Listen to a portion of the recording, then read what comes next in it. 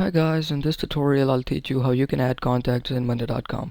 So under main workspace, click this blue button and then click choose from templates. Here you have to search for contacts and you'll get a bunch of templates, but the one we're going to use is called contacts.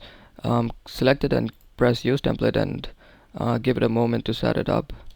Alright guys, once the template is set up, as you can see, it has added a new board in our workspace called contacts, and here we can add new contacts. We can manage all of our contacts, and we get the options, like all the necessary options to manage our contacts, like title, company, phone number, email.